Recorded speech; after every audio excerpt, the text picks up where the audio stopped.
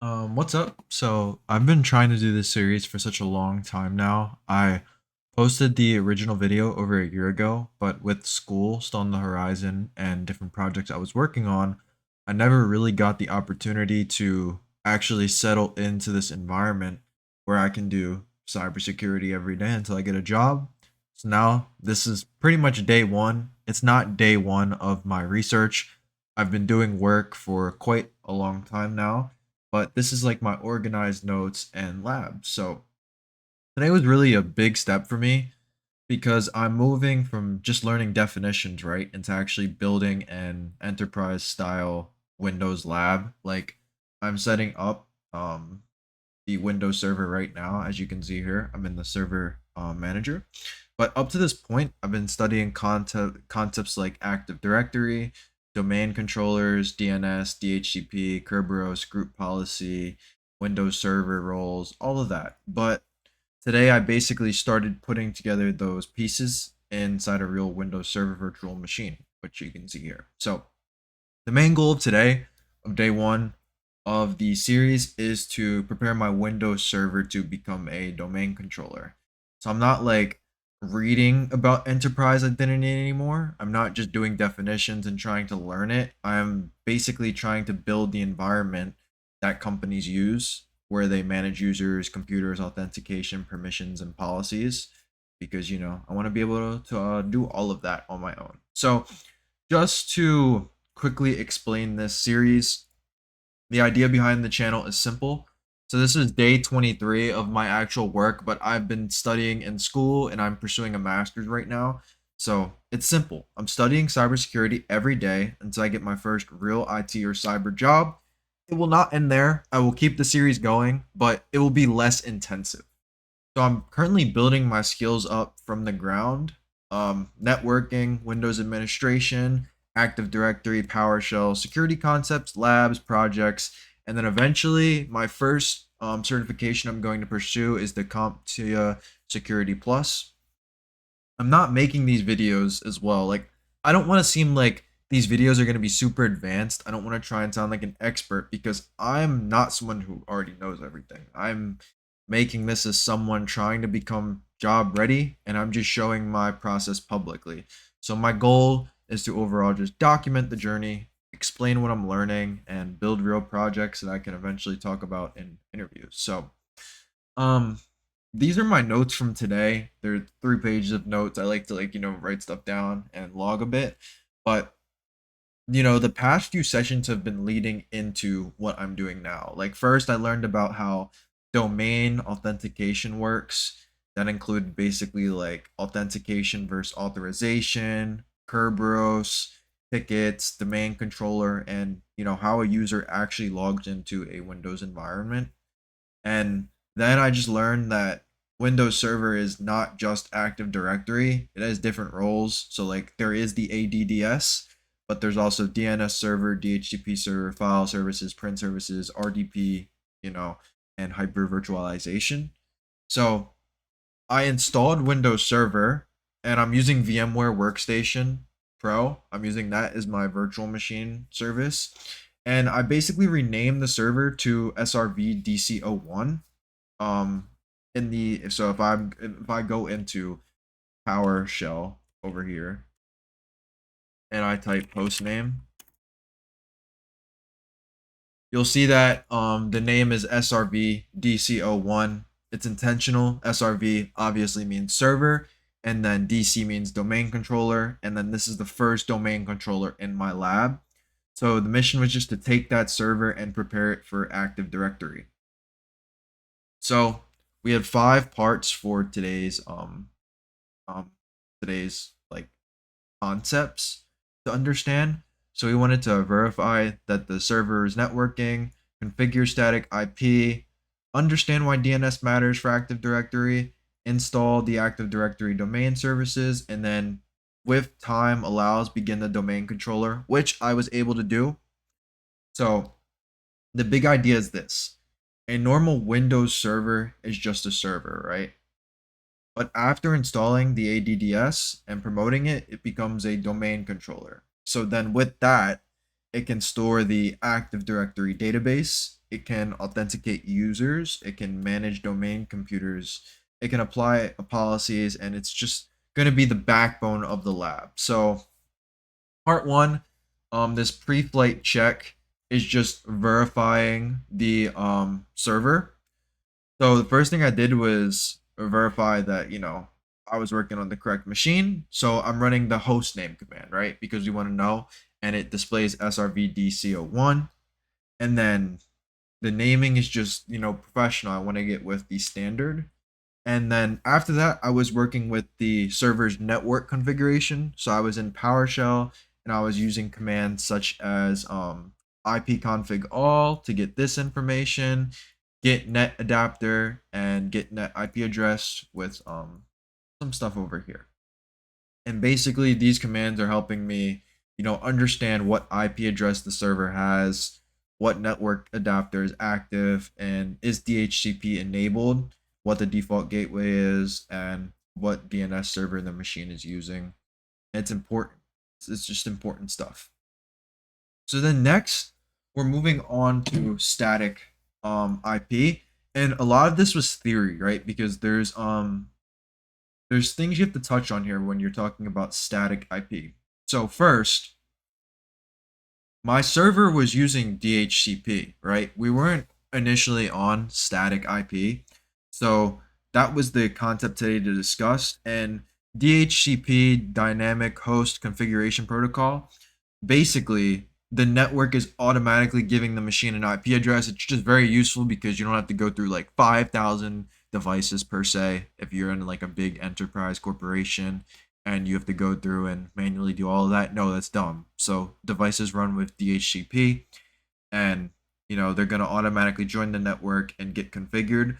But a domain controller should not rely on a randomly changing IP address. And this is because domain computers, the computers that people log on to, they need to find the domain controller for different reasons. It can be for authentication, and then that's going to go hand in hand with Kerberos. There's LDAP, DNS, group policy, and domain logins. So when you have a client computer and it's asking like, yo, like, where's my domain controller, right?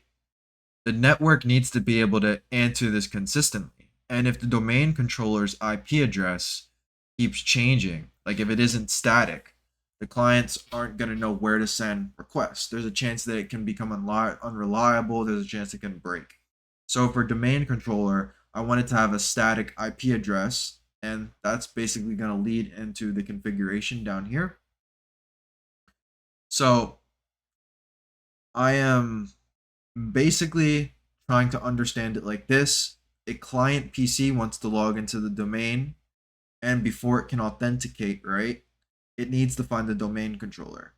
Then to find the domain controller, we know it relies on DNS, and then the domain controller is gonna it's gonna handle stuff out like that. So we configured the static IP, right? We went to so for this, you go into the server manager. I believe I can show this fine with no issues. I don't really mind it. Yeah. So you come in here and you go to Ethernet right here. And basically what that means is that that's how you're gonna configure it, right? So this is my first lab, right? I configured it through the GUI instead of doing everything through PowerShell because it's easier for me to learn that way. So I went from server manager to local manager, and then you obviously click the network adapter, which is Ethernet 0. And then I open the properties, you go into the IPv4 settings, and then all I had to do was set the IP address, the subnet mask, the default gateway, and the DNS server manually, which I have this all explained right here in just more of a simple way. So when I did the IP config all, right, I'm using this for the IP address, this for the subnet mask, this for the default gateway, and then the DNS server was just going to be the same thing. And the important part here is really the DNS. Like for a normal client, the DNS might point to the router or to a public DNS server. But for a domain controller, and this is for one that is going to, run Active Directory, the preferred DNS should just point to itself, because Active Directory is going to create DNS records, and the domain clients, you know, the domain clients are going to need those in order to find the services such as domain controllers, Kerberos, etc., etc. So DNS isn't just, because I've learned about DNS, right? When I was first, this DNS was like day one, day two. It's domain domain name system, something like that. I don't know. Like that sounds dumb, right? But I'm learning. I'm not a genius. I'm trying to remember everything. And it's, we just think about it like, oh, google.com, and it translates, the names to IP addresses because that's what computers use. So DNS is really part of how the domain works. So then I was testing connectivity, obviously. Ping, beautiful command. So I set the IP and then I tested the connectivity, right? So you want to basically ping an external IP address, so public DNS server, to see if basic network connectivity works. So you could also ping a domain name like a website, but these are different tests. If I can ping an IP address, that means network connectivity is probably working. And if I can ping an IP but not a domain name, then the issue is probably DNS, and that's really important. So yeah, so I have that here where I pinged 8.8.8.8.8 just to connect it, and Google wasn't working because I don't have ADDS yet. Once I installed this, boom, this works. So moving on, I installed the ADDS. Very simple to do that. You just go over to manage here. You add the roles and figure features, and I went through that wizard. So basically, what I needed to do after that, the networking part of the problem today, was I needed to move on to installing ADDS, the role. And in Windows servers, I learned that roles are basically major jobs that a server will perform.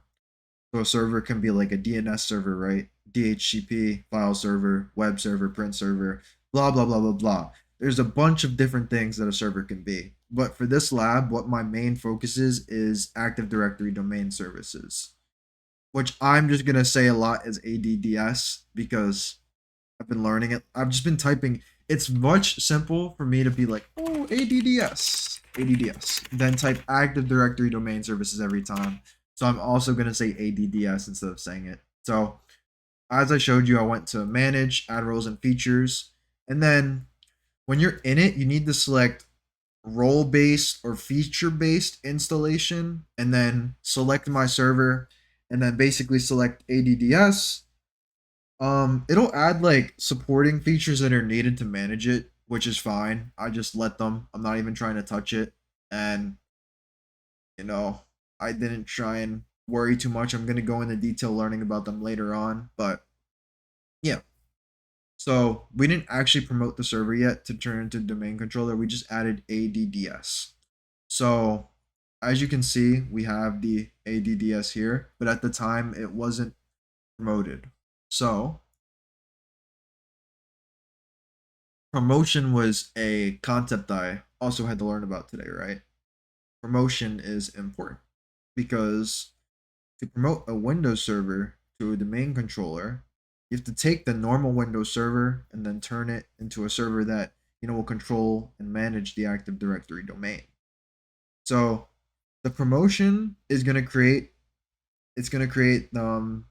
and connect the server to Active Directory environments, and then since it's a brand new lab, I learned about the different terms, and what it is for me is a new forest because I'm creating a completely new independent AD environment from scratch. So I had to create a brand new forest, and that's the top level container. I have an example. Did I not show right? I didn't write the example, but you have forest is the top domain. It's the top like level container, and then in it you can have domains, one or more. And for this lab, Basically, I created a new forest. I'm not joining an existing company domain, building it from scratch, and mine is kevinlab.local. That's why you saw that on my sign in. I don't know if I showed that actually. I don't think I showed that. But yeah, forest, we have the domain name and then our domain controller. So, this is pretty important because Active Directory is literally everywhere. This is what I'm learning is that Active Directory is everywhere. Um, you manage users, right? Computers, the authentication, what people can do, the permissions, and policies. The group policy applying that to computers is important. So for my goals, right, I'm trying to work in IT, help desk, system administration, um, cybersecurity. I want to get into the government. I need to really understand this.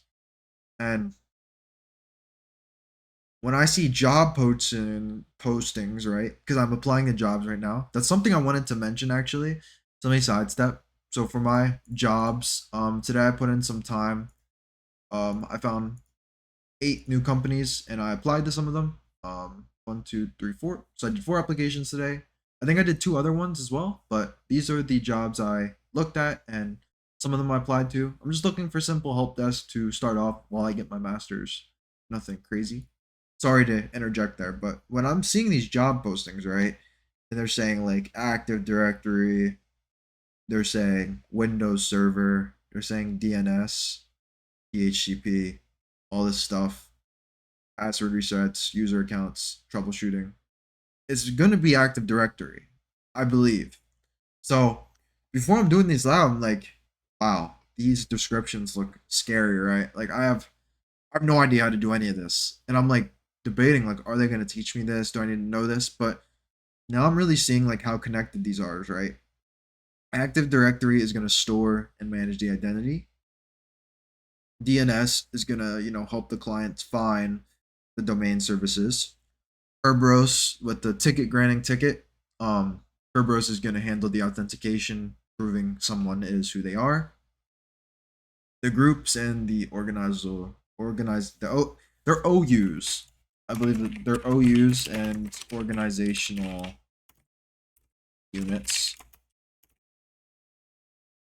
but they're gonna organize, the users' computers and group policy. So you set that, and then it's gonna enforce configuration, security settings. And then Windows Server is providing that platform. So I'm trying not to view these as like scary terms. I'm trying to like, build the environment and see how they all fit together, build the whole puzzle so I can get an idea of, how the jobs really work. Because I feel like I'm going in blind at points, but I should be fine. So, main things I really learned today: domain controller needs the static IP because other systems need to find it. The DNS is really critical in AD because the client computers, they're going to use it to locate the domain services. Um, and Windows Server roles come in. They add major, major, major capabilities to a server. Um, ADDS, that's the role that actually allows a server to become part of the AD environment. And just installing it is not the same, right? It's not the same as promoting the server. So promotion is the step that actually turns the server into a domain controller. And yeah, so I'm one thing I want to be honest about in this series is that like I'm still learning, right? So I'm not pretending like all this is easy. I have these notes written down of what to say in the video because this isn't me live doing the work. I feel like if I do me live doing the work, I'm gonna like, mess up and show something I shouldn't show. So I'm kind of like doing these reports with notes and going over what I learned, what I did today, and what it's looking like for the future. So there are details I really need to get better with, like DNS behavior, static IP, the full domain controller promotion process. And that's the point of me building this lab, right? So I feel like reading about it is one thing, going on a textbook, going on websites, watching videos, and I'm trying to, configure the server, check the settings, set up the DNS, install, promote. I feel like it's different. I'm like actually making learning real. So like From a career perspective for this series, this is like the first lab that I feel like is actually going to connect to the IT jobs, right? Um a lot of like the entry level IT and support roles that I've been looking at, they just mention a lot of things like Active Directory, Windows Server, user account management, password resets, group policy, DNS. I see troubleshooting, remote administration. And like I'm reading these and I'm getting overwhelmed. It's like tier one support, tier two support, tier three support. Oh, hardware, software, and at least I can say I'm doing something about it. So yeah. I wanna clean this up. I wanna put it on GitHub, talk about it in interviews, as my first like lab. I have like websites I've worked on. For example, like this is one. This is just a website for a game called Valorant where teams can basically they can have settings, they can put the names of their players. This is used by like some teams and you go in and boom boom boom boom boom boom boom as an example, and you go to your comps and you download it, and then you can have like all of your agents in a very organized manner so no one's confused. So I want to talk about what comes next for the next day, day two. The next steps for this lab that I really need to complete, I need to finish promoting, which I believe I've done. I need to confirm the domain's working, create users, create groups, create OUs. I need to get a Windows client VM. Might just use my home PC, but who knows? I need to join the client to the domain, apply group policy, test how the users, perms, policies work, and then the lab will really, feel like a little small enterprise. I want this to become a complete Active Directly home lab, and it'll, basically show that I understand the basics of enterprise administration and cybersecurity fundamentals. Um, so that was day 23. Pretty long yap session, I know. Feels like I've been going on for a while now, just yapping here. But I worked on, preparing my Windows server to become a domain controller, check the network, set a static IP, installed, plan it, and yeah, I feel like the curriculum that I'm doing feels like it's actually turned into a project. Because every day it was like, oh, you're gonna read about this and research this and figure out what this means. Now it feels like a real project now. So I'm gonna keep building this every day. And when I get a job, these videos will kind of slow down because work-life balance. There's other things that I enjoy to do and that keep me occupied. I don't have all day to just spend on cyber. But yeah, tomorrow I'll continue with the domain controller setup. I'll move closer to managing users, groups, organizational units, and policies. If you're also learning cybersecurity or trying to get into IT, follow along. I'm not an expert yet. I'm showing the process every day until someone wants to employ me. So that's day 23 done. Thank you for watching, and I hope you can come back for the next day.